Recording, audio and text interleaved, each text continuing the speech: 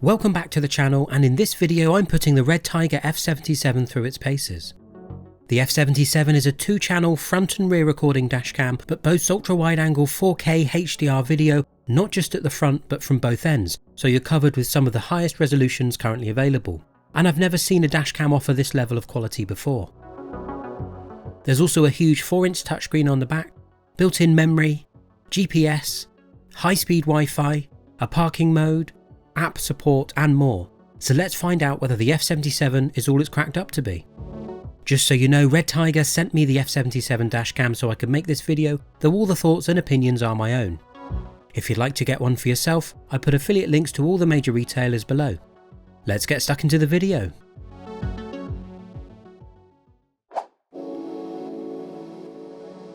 Opening up the nicely designed F77 box, you've got an extensive user manual in a number of languages, as well as a quick start guide.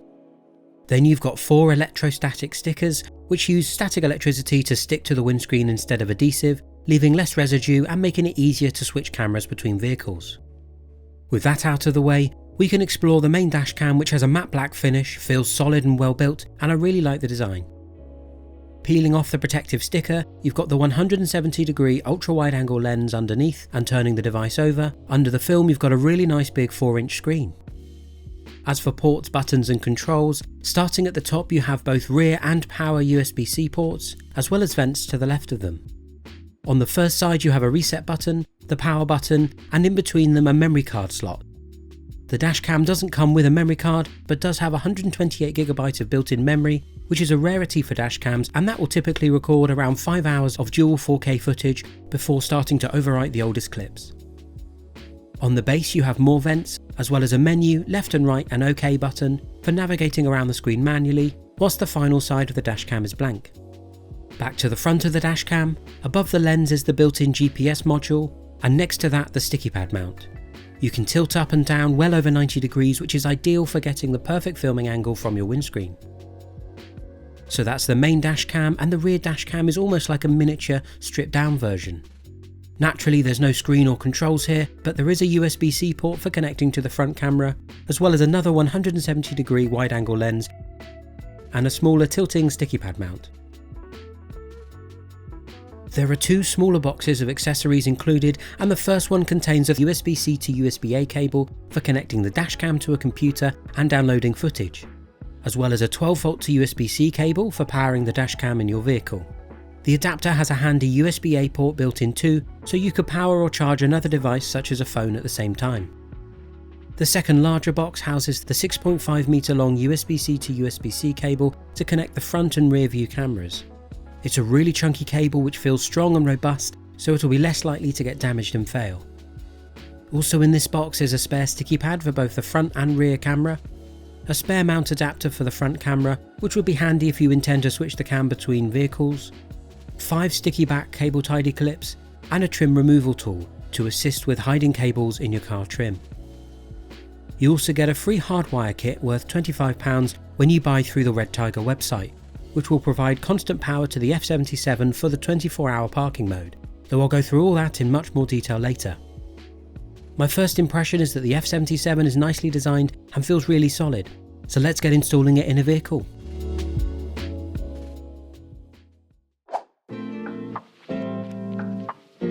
Installing the F77 front dashcam is easy, and you'll have no problem doing it yourself.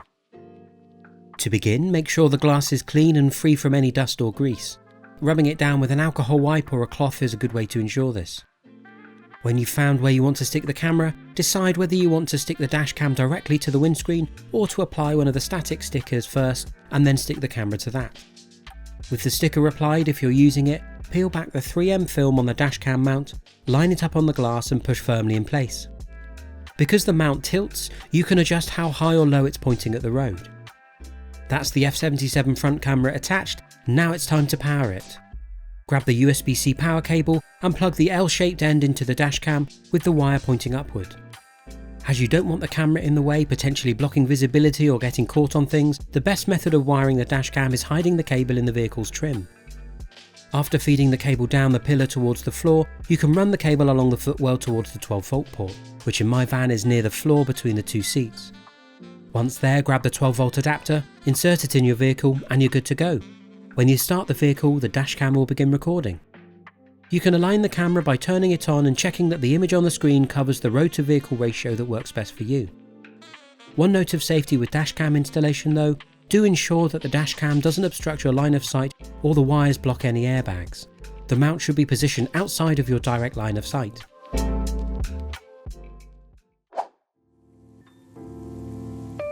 The 4K rear-view camera offers the ability to have a high-quality rear dashcam in addition to the front-facing lens on the F77 system. It's super simple to install, and first you'll need to find where you want to put it. Being a larger module, it will ideally need to be installed on the inside of the rear window of your vehicle. Peel off the layer to expose the sticky pad, find where you want to put it, and either going straight onto the glass or using an electrostatic sticker, stick the camera to the window, holding it for a few seconds to ensure strong adhesion. Plug in the long wire and feed it through to the front dashcam. You'll then need to hide the wire by tucking it into the trim. How to do this varies from vehicle to vehicle, but using the trim tool included in the box, you can't go too wrong. Once the wire is hidden, you can plug the rear camera into the port on the front camera, and when you turn the dashcam on, you'll be able to see footage and record the front and rear of your vehicle, both in crisp 4K.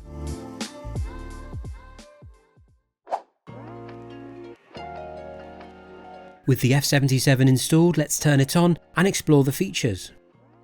On the first switch on, you're asked to choose your language and time zone, but every other time you'll be taken straight to the home screen, which is your front and rear dashcam if both are connected.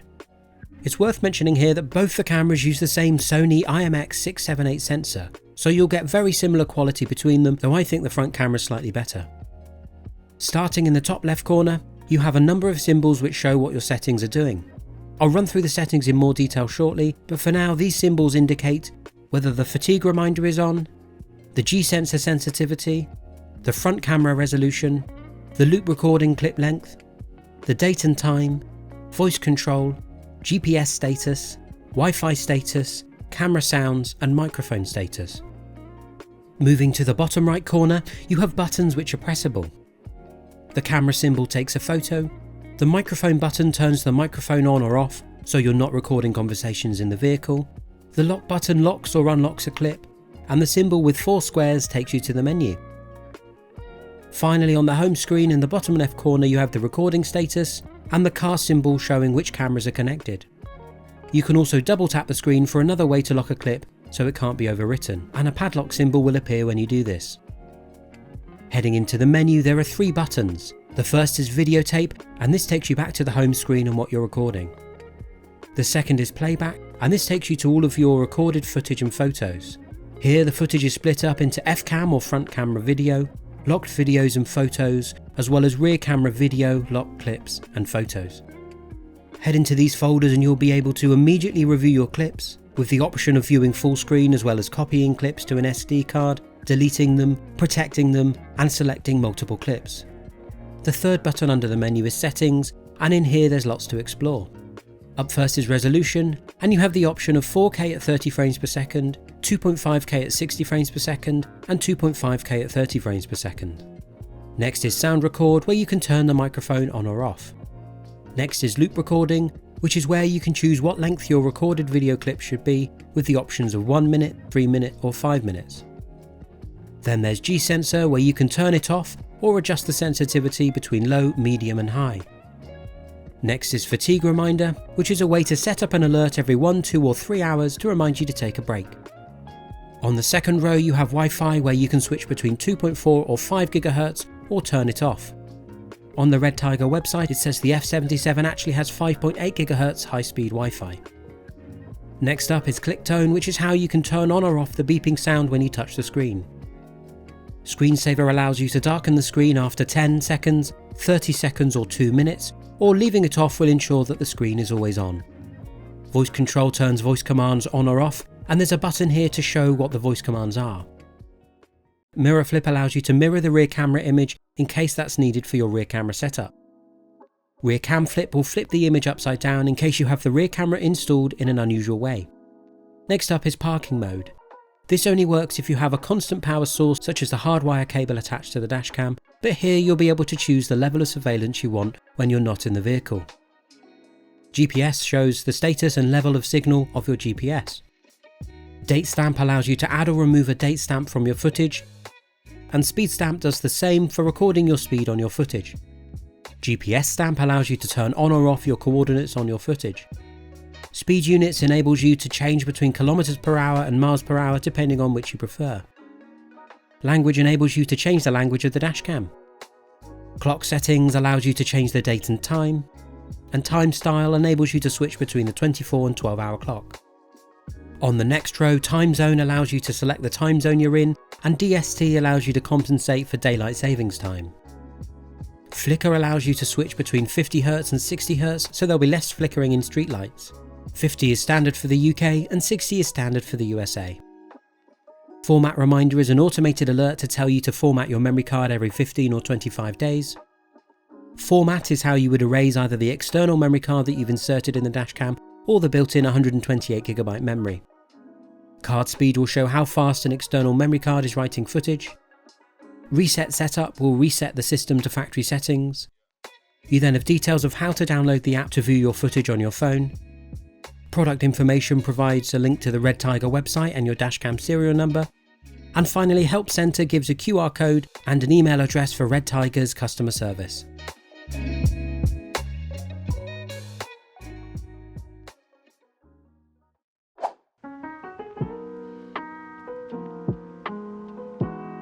As mentioned earlier, there's a 24-hour parking monitoring mode available on the F77 dashcam system, which is a great feature to have, but it does require constant power to the dashcam as it doesn't have a built-in battery. The hardwire kit comes free with the dashcam at the time of filming if you purchase through the RedTiger website, or can be bought separately for around £25 or $. In the bag you'll get the hardwire kit, which consists of a red, yellow and black ground wire connected to a switch, which allows use on 12V or 24V systems and has a screen to show your voltage. There's a link to the hardwire kit in the description below if you're interested. This kit will replace the USB power cable to provide the constant power needed for the parking mode. Hardwiring a dashcam to a vehicle can be a little daunting, but in essence you need to find the right fuses to use, check which direction the power flows in and out of the fuses, insert the fuses and attach them to the device. If you've got the hardwiring kit, then the only additional tool you'll need is a digital multimeter. Hardwiring the device doesn't mean your battery will run down, however. The hardwiring kit will stop power to the dashcam if it detects the vehicle's battery voltage getting too low. This video will get way too long if I go through the whole process here, but luckily I've created a complete step-by-step guide on how to hardwire a device to your vehicle's fuses, which you should see a link to in the top right corner, but I'll link to it in the description below too if you want to try it for yourself.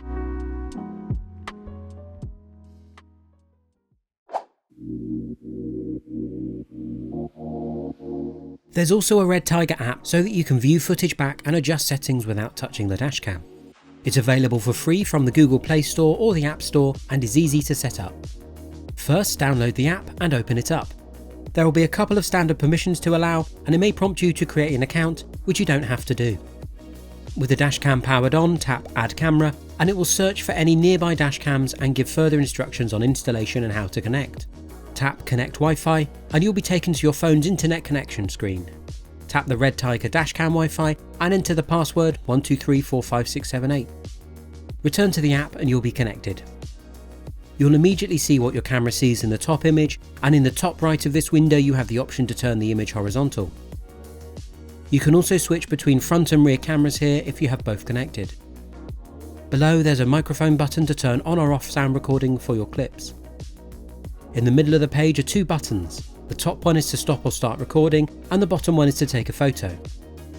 In the bottom left corner of the screen, the camera file button will take you to view all of your footage, choosing from either your built-in or external storage. There are three tabs here. First is Loop, which is all of your standard footage which will be overwritten eventually. Next is Snapshot, which is all the photos you've taken. The third is Locked, which is all the footage which is protected.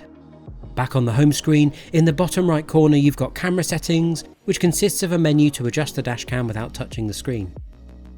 There are a number of handy settings here, including resolution, loop duration, G-sensor collision sensitivity and speed unit, as well as the ability to view your Wi-Fi and dashcam info.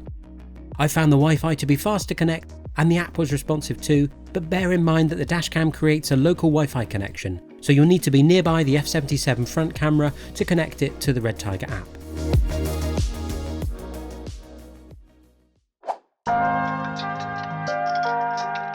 As you'd hope from having two 4K cameras, the F77 dashcam system has great video quality from both ends of your vehicle. Its dual Sony IMX678 sensors shoot crisp footage, though as with all dashcams, there appears to be a bit of compression to get video clips to the smallest file size possible, as well as some sharpening. In daytime, important details such as number plates and signs are clear to read from both front and rear camera. The HDR works well in balancing the exposure, and copes well when moving between the inevitable light and dark areas when on the road. The cameras also promise enhanced night vision, and in the night footage I filmed, number plates are generally readable, though sometimes not depending on the speed of vehicles and glare from headlights. The F77 system does not have infrared sensors, however. Overall, you're getting two very good videos from either end of your vehicle while you drive.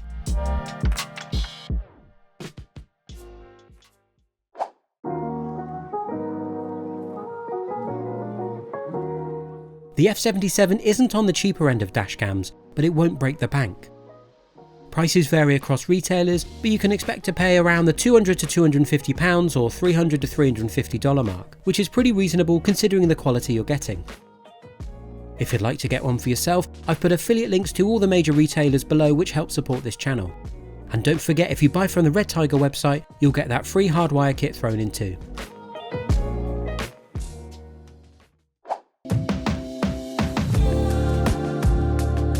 I've tested a lot of dashcams over the years, and I really like the F77 and think it's worth considering. That dual 4K recording is rare in the dashcam world, and if quality is what you're after, then it doesn't get too much better than the F77. During testing, I really couldn't find too much to fault with this dashcam. It worked every time I needed it to, and when I came to review the footage, it was all there. The front camera body is a little on the larger side compared to some other cameras, which isn't always to everyone's taste, but it does allow space for a large, fast, responsive screen on the back. If you've enjoyed this video and think I've earned it, please take a moment to like the video, subscribe to my channel, and hit the notification bell to be the first to see more videos like this. Thanks for watching.